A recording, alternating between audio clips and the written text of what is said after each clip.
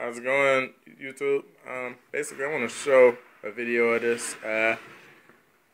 It was an interesting couple of days here.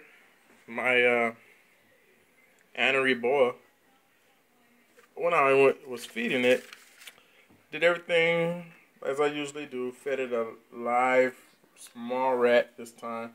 Watched the feeding. Made sure it wasn't any biting or anything. So everything went as normal. Started eating it, and I figured, okay, she's good. Well, I left and came back, and I don't know what happened, but she had, I don't know even how to describe it. Her jaw was not aligned properly, and she had a big lump in her throat. And after just freaking out and not really knowing what was going on, then thought about it, and basically this is what happened. I think the teeth of one of her sides of her jaw got stuck on the leg of the rodent or something and carried the jaw into her mouth with her. So it was pretty bad. I mean, I was freaking out pretty good. Took her to the vet today. You can see that right there. She's pulling, so I'm not going to hold her too much. She has a couple shots in her right now. So she was sleeping. Took her to the vet. Didn't know if she could be saved, let alone didn't know how much it would cost. And I'm not really getting any good shots because the shadowing. But anyway, I didn't really care about how much it cost. I just wanted to make sure she was okay. And I mean, if they would have said $200 or $300, then that's kind of what I expect when you go to the vet. But they looked at her. They thought they were gonna have to, do some major surgery, put her under and everything, and this and that. Of course, as they talked, and they said, yeah, it could be very expensive. So she started messing with it. Was able to take her in the back. A couple of doctors started working on her and realigned her jaw. Got it back out of her mouth. I guess out of her throat and back aligned properly.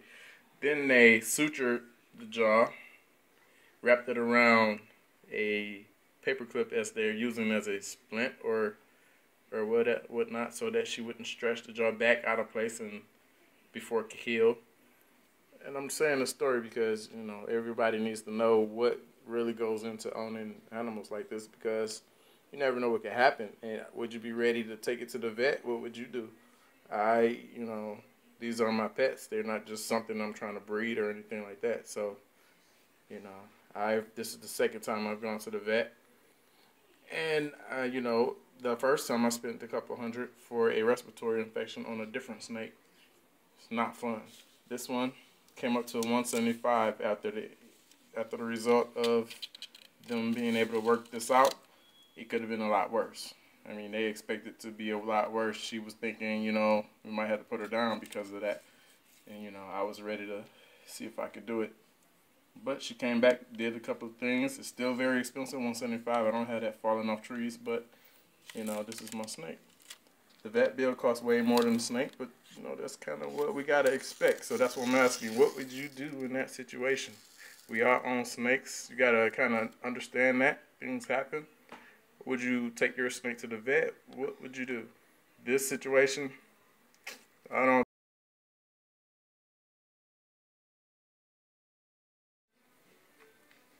Okay, I'm back. The problem with recording from a phone is that if someone calls you, it's gonna cut off. So yeah, I need a camera. But anyway, let's get back to what I was saying because I'm kind of thrown off track. So yeah, what would you do is what I was asking. Put your comments below because I'm kind of interested in seeing what would everyone do.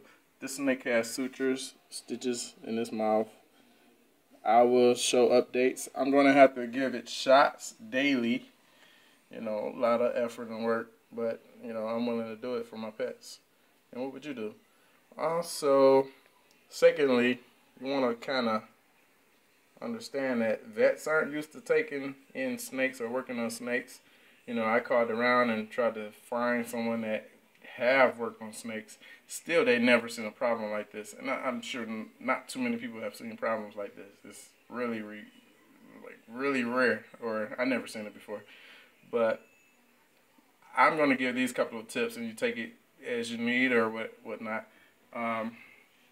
It's sort of like buying a car when you go into the vet, because it's going to be expensive, and you don't want to be distraught or say, I'll do whatever it takes. You know, you got to kind of play it like you're buying a used car. I mean, it's kind of funny to say it that way, but you know, you got to let them know you broke. You don't have much money to work with, but you want your animal to be okay. Let's do whatever it takes to get the situation going, because they wanted to probe the feces. They wanted to do all kind of stuff that wasn't necessary. Let's just deal with the problem here. So you want to make sure you understand that when you're going to the vet. Don't be scared to go. You know, help your animals out. You know, most people don't take their animals to the vet, but take yours to the vet. I just wanted to say that really quickly. You know, a couple of tips on that. And if I think of more, I'll put it on video, and I'll record how good she does. But take it easy. That's all I have. Bye.